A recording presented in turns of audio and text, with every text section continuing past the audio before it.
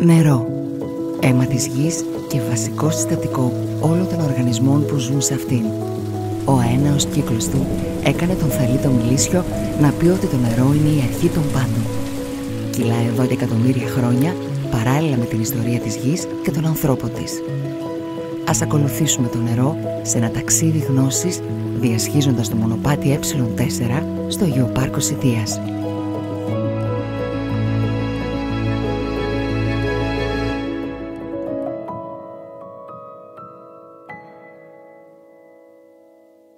Ανατολική Κρήτη, Γεωπάρκο Σιτίας. Ένα ιδιαίτερο μνημείο γεωλογικής και πολιτιστικής κληρονομιάς, αναγνωρισμένο ως Παγκόσμιο Γεωπάρκο της UNESCO. Εδώ καταλήγει το ευρωπαϊκό μονοπάτι μεγάλων αποστάσεων Ε4. Το Ε4 περιλαμβάνει ένα μεγάλο δίκτυο μονοπατιών με ιδιαίτερη πολιτιστική, φυσική και ιστορική αξία που ξεκινά από τα Πυρηναία Όρη και διασχίζοντας την Ευρώπη φτάνει στην ηπειρωτική Ελλάδα, διασχίζει την Κρήτη και καταλήγει στην Κύπρο. Μία από αυτές τις διαδρομές του Ε4 στο Γεωπάρκο Σιτίας είναι ο οδηγός μας στο να γνωρίσουμε το φυσικό τοπίο, τους ανθρώπους, τη γεωλογία, τη χλωρίδα και την πανίδα της περιοχής, την ιστορία και τον πολιτισμό, ακολουθώντας την πορεία του νερού από τους ορεινούς όγκους προς τη θάλασσα. Το οδηπορικό μας στο μονοπάτι Ε4 του Γεωπάρκου Σιτίας ξεκινάει από την Δάφνη, ένα μικρό χωριό με πλούσια ιστορία, κρυμμένο ανάμεσα στα σιτιακά βουνά σε ύψος 600 μέτρων. Η παρουσία ενός γιγαντιαίου πλάτανου που βρίσκεται στην πλατεία του χωριού μαρτυρεί την άφθονη παρουσία νερού στην περιοχή. Εδώ, κατά την Οθωμανική περίοδο, οι φανατικοί μουσουλμάνοι είχαν ανεγείρει το τζαμί τους και ακριβώς απέναντι είχαν χτίσει μια θαυμάσια κρίνη που εκτός από το λειτουργικό της ρόλο είχε και θρησκευτικό χαρακτήρα. Κατά το Κοράνιο, οι πιστοί πριν εισέλθουν για την προσευχή τους πρέπει να πληθούν για να εξαγνιστούν. Καθώς διασχίζουμε την ανατολική έξοδο από τη Δάφνη, μέσα σε ρεματιές με μεγάλα πλατάνια, τρεχούμενα νερά και ανηφορικές βραχώδεις εξάρσεις, συναντάμε πάνω από το δύσβατο φαράγγι των ανευρητών ένα μικρό μονοπάτι που οδηγεί στο γραφικό εκκλησάκι του Αγίου Αντωνίου, πρώτου ασκητή του χριστιανισμού. Ο λιθόκτιστος ναός βρίσκεται ακριβώς κάτω από μία βραχοσκεπή. Χτισμένος στη φυσική κοιλότητα του βράχου, προσφέρει στον επισκέπτη μία μοναδική θέα προς την κοιλάδα. Στο χαμηλότερο σημείο της έφορης κοιλάδας των Λιθινών, το Ε4 συναντά τον εγκατηλημμένο οικισμό των Ανδρομήλων. Οι Ανδρομήλοι λέγεται ότι πήραν το όνομά τους από το Ιδρόμηλος, από τους νερόμηλους που υπήρχαν παλαιότερα στην περιοχή. Οι κάτοικοι των Λιθινών, που έχουν ακόμα σήμερα τους κήπους τους εκεί, θυμούνται το μήλο του Σγουράκη και το μήλο του Τσαγκάρη, όπου πήγαιναν για άλεσμα τα δημητριακά τους μέχρι την δεκαετία του 1970. Δίπλα στον εγκατηλημμένο οικισμό βρίσκεται ο μικρός ναός των Αγίων Αποστόλων, που η ανέγερσή του χρονολογείται τον 9ο αιώνα. Πρόκειται για μονόχωρο θολοσκεπή ναό με εντυπωσιακό τοιχογραφικό διάκοσμο στο κλήτος και στον άρθικα. Η εικονογραφία περιλαμβάνει κυρίως ευαγγελικές σκηνές με έμφαση στον κύκλο των παθών, ενώ μεγάλο μέρος της τοιχογραφημένης επιφάνειας στο δυτικό τμήμα του ναού καταλαμβάνει η Δευτέρα Παρουσία. Ο διάκοσμος είναι ένα χαρακτηριστικό δείγμα της βυζαντινής αγιογραφικής τεχνοτροπίας, η οποία συναντάται στο τέλος του 14ου αιώνα στην Κρήτη. Οι λεπτές γοητευτικές μορφές, με την έντονη σωματική τους παρουσία σε ήρεμες τάσεις, αντανακλά το πνεύμα της κλασικιστικής αισθητικής αντίληψης της εποχής. Από τον οικισμό των Ανδρομήλων και τους Αγίους Αποστόλους, διασχίζοντας την κοιλάδα των Λιθινών μέσα στην άφθονη βλάστηση που τροφοδοτούν οι πηγές και οι μικροί χήμαροι που υπάρχουν στην περιοχή, το μονοπάτι συναντά ενδιαφέροντες γεωλογικούς σχηματισμούς και ακολουθώντας ανηφορική διαδρομή μας οδηγεί στο χωριό Βορή. Είναι ένας μικρός οικισμός όπου ελάχιστοι άνθρωποι μεγάλης κυρίως ηλικίας, ζουν ακόμα στα γραφικά πετρόκτιστα σπίτια του. Παρά την εγκατάλειψη, αλλά και το μικρό του μέγεθος, παραμένει ένας πολύ γραφικός οικισμός με στενά σοκάκια γεμάτα λουλούδια. Στο κέντρο του μικρού οικισμού βρίσκεται ο αρχοντικός ναός του Μιχαήλ Αρχαγγέλου, κτισμένος τον 19ο αιώνα. Αφήνοντας το βορρή και συνεχίζοντας ανηφορικά στην έφορη κοιλάδα των Λιθινών, η εντυπωσιακή θέα αποζημιώνει τον οδηπόρο για τον κόπο της ανάβασης. Αφού διασχίσουμε το χωριό Παπαγιαννάδες, που δεσπόζει σε ύψος 500 μέτρων πάνω από την κοιλάδα, με μία μικρή παράκαμψη στη διαδρομή του μονοπατιού Ε4, συναντάμε τον μικρό οικισμό της Αιτιάς που άκμασε κατά την ενετική περίοδο. Στον οικισμό, που υπήρχε ήδη από τα βυζαντινά χρόνια, δεσπόζει η επιβλητική έπαυλη Ντεμέτζο ή Σεράι, ένα από τα πιο αντιπροσωπευτικά δείγματα βενετσιάνικης αρχιτεκτονικής στην Κρήτη. Μετά τον οικισμό της Αιτιάς, ξετυλίγεται μπροστά μας το οροπέδιο των Αρμενοχανδράδων, κατάφυτο κυρίως από αμπελώνες. Αφού διασχίσουμε τον οικισμό Αρμένη και επισκεφτούμε τους βυζαντινούς ναούς του Αγίου Γεωργίου και της Κοίμησης της Θεοτόκου με τον πλούσιο τοιχογραφικό διάκοσμο, προσεγγίζουμε στα δυτικά τον παραδοσιακό οικισμό του Χανδρά. Λέγεται ότι οι Άραβες Αρακινοί, πρώτοι άπικοι του, το ονόμασαν έτσι από τη λέξη χάντρα, που σημαίνει πράσινο. Η έλλειψη τρεχούμενου νερού στην περιοχή του οροπεδίου των Αρμενοχανδράδων έστρεψε τους κατοίκους να κατασκευάσουν κατά τις αρχές του 20ου αιώνα συστάδες από αντλητικούς ανεμόμυλους που αξιοποιούν τους ισχυρούς ανέμους για την άντληση των υπόγειων αποθεμάτων νερού. Οι μεταλλικοί αντλητικοί ανεμόμυλοι διαδόθηκαν ευρέως για την εξυπηρέτηση των αναγκών άρδευσης των καλλιεργειών και χρησιμοποιούνται μέχρι σήμερα, στενά συνδεδεμένοι με τον καθημερινό αγώνα της επιβίωσης του αγροτικού πληθυσμού. Αυτόν τον καθημερινό μόχθο μας αφηγείται με τον πιο απτό τρόπο μια επίσκεψη στο Λαογραφικό Μουσείο του Χανδρά. Στο παραδοσιακό σπίτι που φιλοξενεί το μουσείο εκτίθενται πολλά αντικείμενα και εργαλεία που χρησιμοποιούσαν οι παλαιότερες γενιές από την εποχή της τουρκοκρατίας μέχρι το 1960. Σήμερα ο επισκέπτης έχει μπροστά του μια ολοκληρωμένη εικόνα ενός αυθεντικού κρητικού σπιτιού με όλη την επίπλωση και τα καθημερινά αντικείμενα χρήσης. Τα αντικείμενα που εκθέτονται στο μουσείο έχουν παραχωρηθεί από πολλούς συλλέκτες του χωριού που για πολλά χρόνια με ιδιαίτερο μεράκι και αγάπη συγκέντρωσαν και συντήρησαν παλιά αντικείμενα, βοηθώντας σήμερα τους νεότερους και τους ξένους επισκέπτες να κατανοήσουν καλύτερα τον πολιτισμό, την κουλτούρα και το μόχθο της αγροτιάς που σε εποχές δύσκολες αξιοποίησε αλλά και σεβάστηκε τα δώρα της φύσης όπως το νερό για να μπορέσει να επιβιώσει και να δημιουργήσει. Στον παραδοσιακό οικισμό του Χανδρά, ο περιπατητής μπορεί να διακρίνει ακόμα τις βενετσιάνικες επιρροές στα κτίρια, καθώς και στους ναούς, όπως ο μικρός λιθόκτιστος θολοσκεπής ναός του Αγίου Δημητρίου με το ανάγλυφο θύρωμα. Στο κεντρικό και παλιό τμήμα του οικισμού, την επωνομαζόμενη Μεσοχωριά, βρίσκονται και τα ερείπια του Οθωμανικού χαμάμ. Το χαμάμ, μετεξέλιξη των βυζαντινών λουτρών, ήταν σημείο συνάντησης, ξεκούρασης και σωματικού εξαγνισμού των Οθωμανών που ζούσαν στην περιοχή. Το σωζόμενο τμήμα στεγάζεται με τρούλο και διαθέτει χώρο καύσης, καζάνι στη μία πλευρά. Στον συνεχόμενο χώρο υπάρχει στόμιο δεξαμενής νερού ή πηγαδιού, από το οποίο γινόταν η άντληση του νερού. Δείγμα της πολιτισμικής ιστορίας του νερού είναι και η εξαιρετική κρίνη του Χανδρά με μορφολογικά και κατασκευαστικά στοιχεία της ενετικής εποχής. Αποτελείται από ένα δωμάτιο δεξαμενή με σειρά από 5 κρίνες στην όψη με αντίστοιχες γούρνες. Στα τύμπανα των τόξων είναι καρφωμένες σιδερένιες φίνες με στρογγυλή κεφαλή που χρησίμευαν για να δένουν τα ζώα.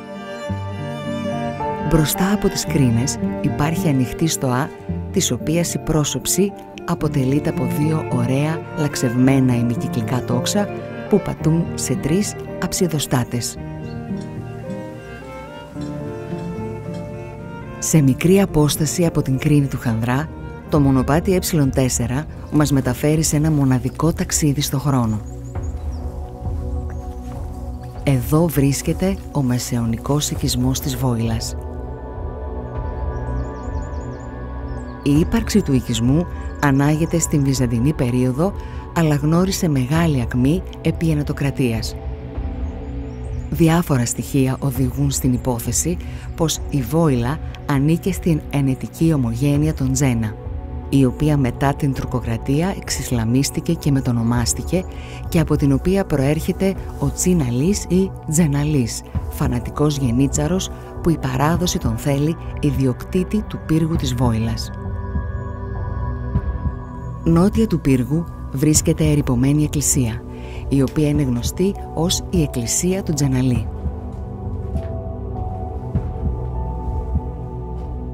Διαβαίνοντας τα στενά σοκάκια του οικισμού μέσα στην κατανυκτική σιγή της εγκατάλειψης, νομίζεις πως ακούγεται ο αχώς του καλπασμού του Βυζαντινού άρχοντα, του μεσαιωνικού υπότη, του Τούρκου σαρικοφόρου. Στα ερειπωμένα τώρα σπίτια του χωριού μπορεί ο περαστικός να παρατηρήσει πολλές λεπτομέρειες της καθημερινής ζωής στους περασμένους αιώνες. Όταν ακόμα στους μικρούς οικισμούς δεν υπήρχε σύστημα ίδρευσης, οι άνθρωποι κουβαλούσαν νερό στα σπίτια τους από την πηγή που υπήρχε στο χωριό. Όμως υπήρχαν και άλλοι τρόποι συλλογής και αποθήκευσης του νερού. Στις αυλές των σπιτιών, αλλά και μέσα στο σπίτι, καμιά φορά έσκαβαν μικρά πηγάδια που έχτιζαν και στεγανοποιούσαν τα σαρνίτσια, όπως λέγονται οι μικρές χτιστές δεξαμενές. Κατηφορίζοντας δυτικά του οικισμού, συναντάμε μία μικρή οθωμανική κρίνη με ωραίο διάκοσμο και επιγραφή στην πρόσωψή της. Αποτελείται από ένα δωμάτιο δεξαμενή με πρόσωψη κτισμένη με ορθογώνιους ασβεστόλιθους. Πάνω από το τόξο της πρόσωψης υπάρχουν 2 ανάγλυφα κοσμήματα με οθωμανική επιγραφή ανάμεσά τους που έχει αποξεστεί με αιχμηρό εργαλείο. Στο τύμπανο του τόξου, πάνω από το χάλκινο κρουνό, υπάρχουν κυκλικά κοσμήματα. Αυτή ήταν η μία από τις 2 κρίνες που τροφοδοτούσαν με πόσιμο νερό τον οικισμό. Καθώς μέχρι και σήμερα προσφέρει στον επισκέπτη το υδάτινο δώρο της, μας υπενθυμίζει πόσο ζωτική σημασία είναι για τον άνθρωπο το πόσιμο νερό. Μπορεί να φαντάζει απίστευτο, όμως η αλήθεια είναι ότι ενώ ο πλανήτης μας καλύπτεται από 70% με νερό, μόλις το 3% του νερού της γης είναι πόσιμο. Το υπόλοιπο 97% είναι αλμυρό.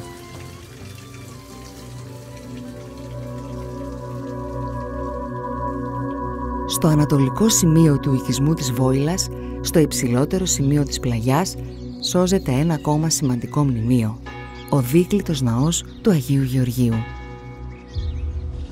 Ο ναός αποτελεί συγκρότημα των συνενωμένων ναών του Αγίου Γεωργίου και του Αγίου Ιωάννου του Θεολόγου. Το θύρωμα είναι ενετικής τεχνοτροπίας με οικόσιμα πιθανότατα των Σαλαμών, οικογένειας Ευγενών, οι οποίοι είχαν φέουδα στον οικισμό και την ευρύτερη περιοχή. Εσωτερικά, οι 2 ναοί επικοινωνούν με μεγάλα τοξωτά ανοίγματα.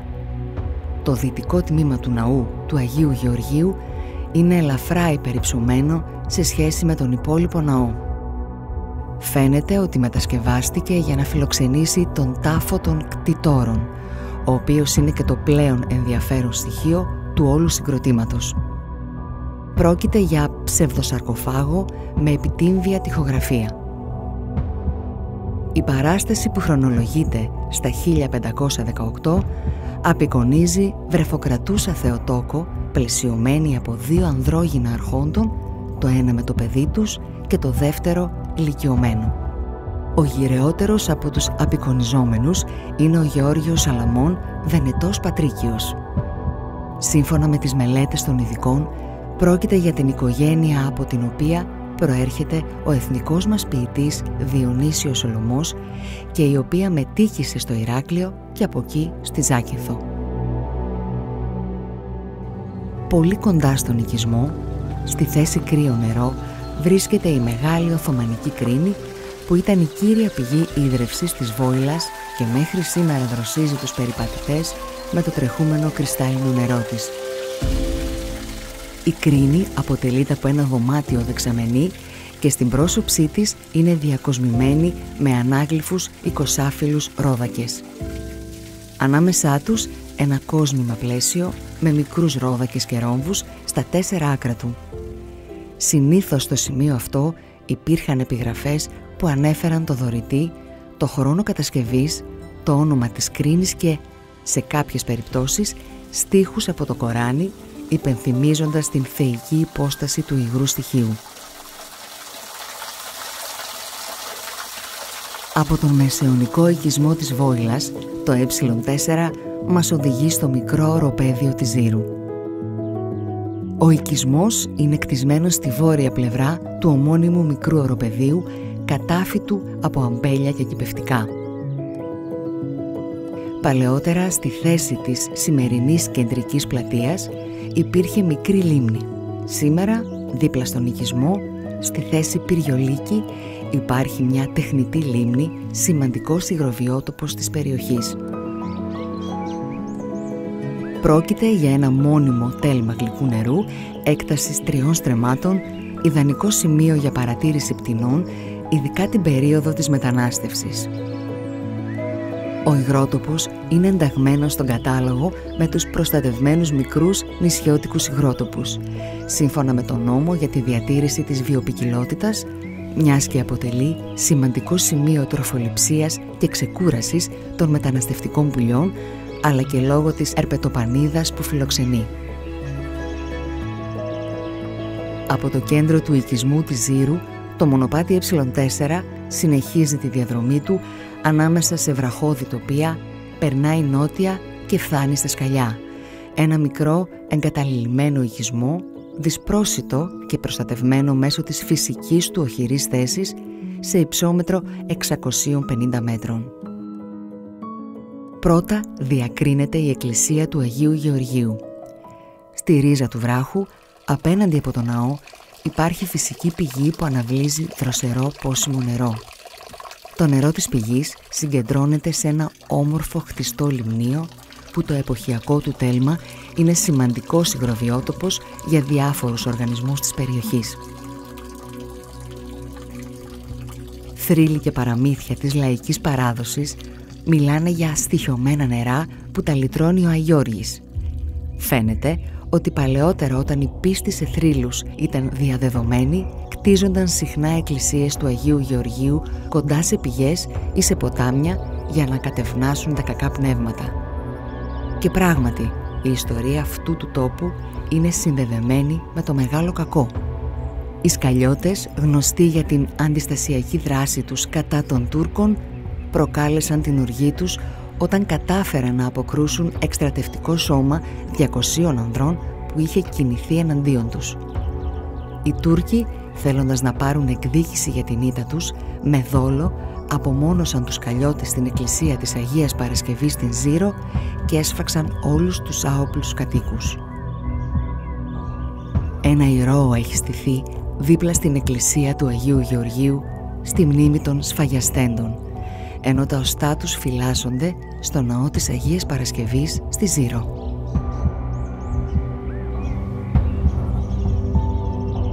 Καθώς το μονοπάτι συνεχίζει κατηφορικά τη διαδρομή του σε ένα άγριο ερημικό τοπίο διάσπαρτο με μυτερούς βράχους και θάμνους, δεν μπορούμε παρά να θαυμάσουμε το μεγαλείο της γλυπτικής της φύσης. Εδώ είναι το βασίλειο της Πέτρας, ο βραχόκηπος του Καζαντζάκη, τα απτά αποτυπώματα της δημιουργίας του κόσμου.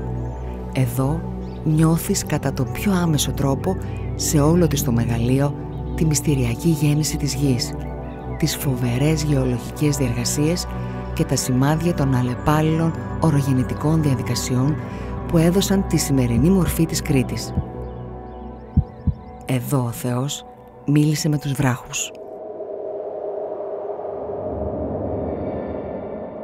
Το μονοπάτι συνεχίζει διασχίζοντας το οροπέδιο του Μαύρου Κάμπου και συνεχίζει κατηφορικά για να συναντήσει το γραφικό χωριό της Ζάκρου, που ήταν και παραμένει κεφαλοχώρη με έφορη γεωργική γη.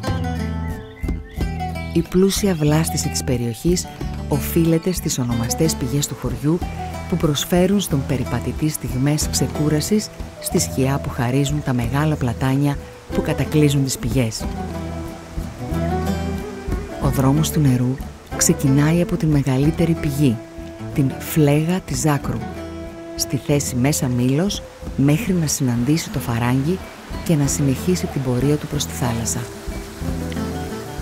Η ύπαρξη του νερού έπαιξε και εξακολουθεί να παίζει τον βασικότερο ρόλο στην οικονομική και κοινωνική δραστηριότητα των κατοίκων της Ζάκρου. Η οικοδομική δομή, οι γειτονιές, οι δραστηριότητες των κατοίκων έχουν μια παράλληλη πορεία με τον δρόμο του νερού. Ένα δρόμο που τον έχει χαράξει η δύναμη της κίνησης του νερού. Ο άνθρωπος δεν θα μπορούσε να αφήσει ανεκμετάλλευτη τη δυνατότητα που του δίνει το νερό να κινεί τις μηχανές που έχει επινοήσει για να παράγει αγαθά και να βελτιώνει το βιωτικό του επίπεδο. Έτσι, εκμεταλλευόμενος την δυναμική του νερού και το ανάγλυφο της περιοχής, έκτισε κατά μήκος αυτού του υδάτινου δρόμου τους νερόμυλους. Η Ζάκρος στις αρχές του 1900 αποτελούσε το κέντρο μιας ιδιότυπης βιομηχανικής περιοχής, όπου λειτουργούσαν συνολικά 11 νερόμυλοι. Ο νερόμυλος θεωρείται ως το εργοστάσιο της προβιομηχανικής περίοδου. Σήμερα οι νερόμυλοι δεν λειτουργούν πλέον, αλλά 3 από αυτούς έχουν αναστηλωθεί και στεγάζουν το Μουσείο Νερού και Υδροκίνησης. Είναι ένα θεματικό μουσείο που στόχο έχει να συγκεντρώσει ό,τι αντικείμενο ή άλλο υλικό είναι σχετικό με τη χρήση του νερού από περασμένες εποχές, αλλά και να αναδείξει τη διαχρονική σπουδαιότητα του νερού και την άρρηκτη σχέση του με τις δραστηριότητες της ανθρώπινης κοινωνίας.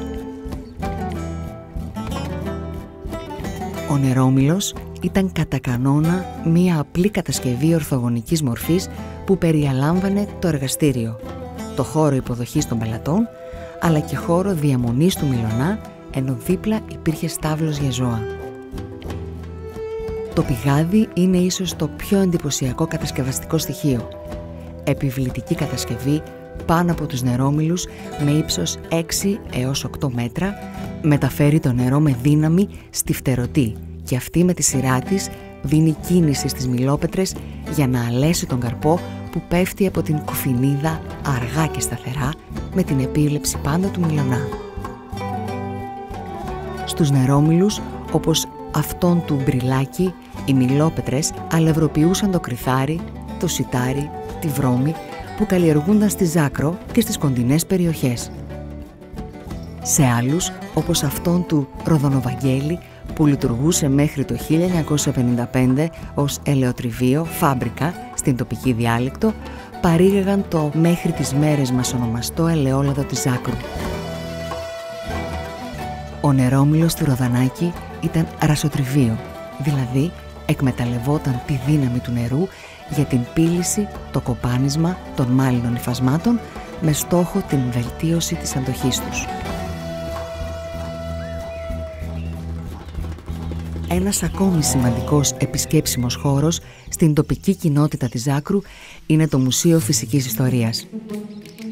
Το μουσείο είναι αφιερωμένο στα χαρακτηριστικά που συνθέτουν το φυσικό περιβάλλον του Γεωπάρκου της Σιτίας με καθαρά εκπαιδευτικό και ενημερωτικό χαρακτήρα. Μέσα από διοράματα με μικρές αναπαραστάσεις οικοτόπων, προθήκες με τα ερειχευμένα ζώα, πετρώματα και απολιθώματα, παρουσιάζονται τα ιδιαίτερα στοιχεία της χλωρίδας πανίδας και γεωλογίας του Γεωπάρκου. Κύριος σκοπός του μουσείου είναι η ενημέρωση σε θέματα βιοποικιλότητας, περιβάλλοντος και γεωπροστασίας, με απότερο στόχο τη σε βάθος κατανόηση της αλληλεπίδρασης της φύσης με τον άνθρωπο. Παράλληλα, το Μουσείο υλοποιεί πλήρη, σύγχρονα εκπαιδευτικά προγράμματα που απευθύνονται σε μαθητές του Δημοτικού και του Γυμνασίου.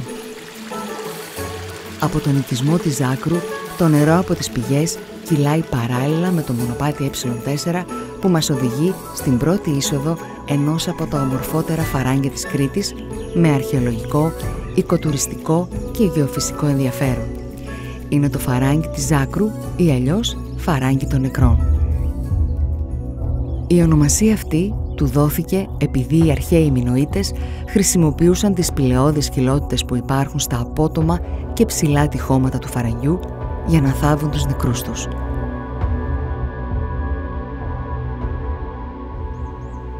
Πρόκειται για εξαιρετικής ομορφιάς φαράγγι που αναπτύσσεται σε περίπου 4 χιλιόμετρα μήκος. Η κήτη του Χιμάρου είναι κατάφυτη από πλατάνια, πικροδάφνες, αγροελιές, συστάδες χαρουπιάς και σχήνου, ενώ σε πολλά σημεία η παρουσία του νερού σε μικρές λίμνες, ακόμα και το καλοκαίρι, δημιουργεί όμορφες εικόνες στον περιπατητή, αλλά και ιδιαίτερους οικότοπους για την υδροχαρή βλάστηση και τους υδρόβιους οργανισμούς. Δεν είναι τυχαίο ότι μεγάλοι αρχαίοι πολιτισμοί αναπτύχθηκαν σε περιοχές γύρω από το νερό. Η ύπαρξή του λειτουργήσε ως το βασικό κριτήριο για την εγκατάσταση των ανθρώπων και τη δημιουργία οργανωμένων κοινωνιών και οικισμών. Χαρακτηριστικό παράδειγμα είναι το μινωικό ανάκτορο της Ζάκρου, που συναντάμε στην έξοδο από το φαράγγι των νεκρών. Αν και είναι το μικρότερο από τα 4 μινωικά ανάκτορα της Κρήτης, αποτελεί το μοναδικό που βρέθηκε ασύλλητο, αποκαλύπτοντας ορισμένα από τα σπουδαιότερα ευρήματα του μινωικού πολιτισμού. Η έκταση του ανακτόρου ήταν περίπου 8.000 τετραγωνικά μέτρα, είχε 2 ορόφους και περίπου 300 δωμάτια. Το 1963 η ανασκαφική σκαπάνη του αρχαιολόγου Νικόλαου Πλάτων έπεσε πάνω στο ασύλλητο θησαυροφυλάκιο του ανακτόρου, ένα δωμάτιο μέσα στο οποίο οι Μινωίτες είχαν τοποθετήσει σε θήκες τα τελειτουργικά σκεύη του ιερού, μια καταπληκτική συλλογή απορριτά, δηλαδή αγγεία που χρησιμοποιούσαν για σπονδές. Στην ανατολική πτέρυγα, που αποτελούσε τον χώρο διαμονής και το διοικητικό κέντρο του ανακτόρου, βρίσκονταν τα βασιλικά διαμερίσματα και το λεγόμενο λουτρό της βασίλισσας. Στην ίδια πτέρυγα βρίσκονται 2 ακόμη υδάτινες εγκαταστάσεις. Ένα κυκλικό κτιστό πηγάδι που ήταν στεγασμένο και μια υπόγεια δεξαμενή, η τικτή κρίνη, και οι 2 χώροι φαίνεται να είχαν σχέση με την ίδρυυση του ανακτόρου, όπου ακόμα και σήμερα η παρουσία νερού όλο το χρόνο τους καθιστά έναν μοναδικό υδροβιότοπο για τις χελώνες της περιοχής. Το μονοπάτι που συνεχίζει στα ανατολικά του ανακτόρου και ακολουθεί το ρέμα καταλήγει στον όρμο της Κάτω Ζάκρου, όπου το νερό σχηματίζει έναν μικρό παράκτιο υγρότοπο στην εκβολή του Ρίακα Κάτω Ζάκρου. Ο υγρότοπος, με βλάστηση κυρίως από καλάμια και βούρλα, αποτελεί σημαντικό σταθμό για τα μεταναστευτικά πτηνά και έχει χαρακτηριστεί ως ζώνη ειδικής προστασίας Natura 2000, τοπίο ιδιαίτερου φυσικού κάλους που προστατεύεται με τον νόμο για τη διατήρηση της βιοποικιλότητας.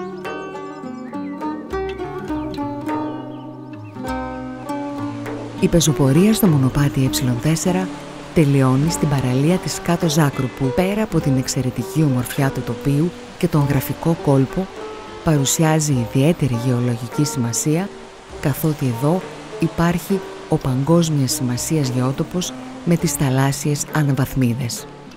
Σε όλο το μήκος της ακτογραμμής, γύρω από την Κάτω Ζάκρο, εμφανίζονται στις πλαγιές των βουνών επάλληλες επίπεδες επιφάνειες σε διαφορετικά υψόμετρα που φτάνουν μέχρι και τα 300 μέτρα. Αυτές οι επιφάνειες είναι ενδείξεις της στάθμης της θάλασσας σε παλιότερες εποχές και φανερώνουν τη σταδιακή ανύψωση της Κρήτης. Είναι εδώ, στην παραλία της Κάτω Ζάκρου, που ολοκληρώνει το νερό το ταξίδι του στα όρια του Ε4 στο Γεωπάρκο Σιτίας, υπενθυμίζοντάς μας ότι είτε ως φυσικός πόρος, είτε ως κοινωνικό αγαθό, είτε ως περιβαλλοντικό στοιχείο, το νερό είναι βασικό και αναντικατάστατο συστατικό, απαραίτητο όχι μόνο για την ανάπτυξη, αλλά και για την επιβίωση της ανθρωπότητας. Όμως, το ευρωπαϊκό μονοπάτι Ε4 συνεχίζει την διαδρομή του μέσα στα γαλανά νερά της Μεσογείου για να βρεθεί στην Κύπρο, όπου ένα άλλο γεωπάρκο, αυτό του Τροόδους, έχει να σας διηγηθεί τις δικές του υδάτινες και όχι μόνο ιστορίες.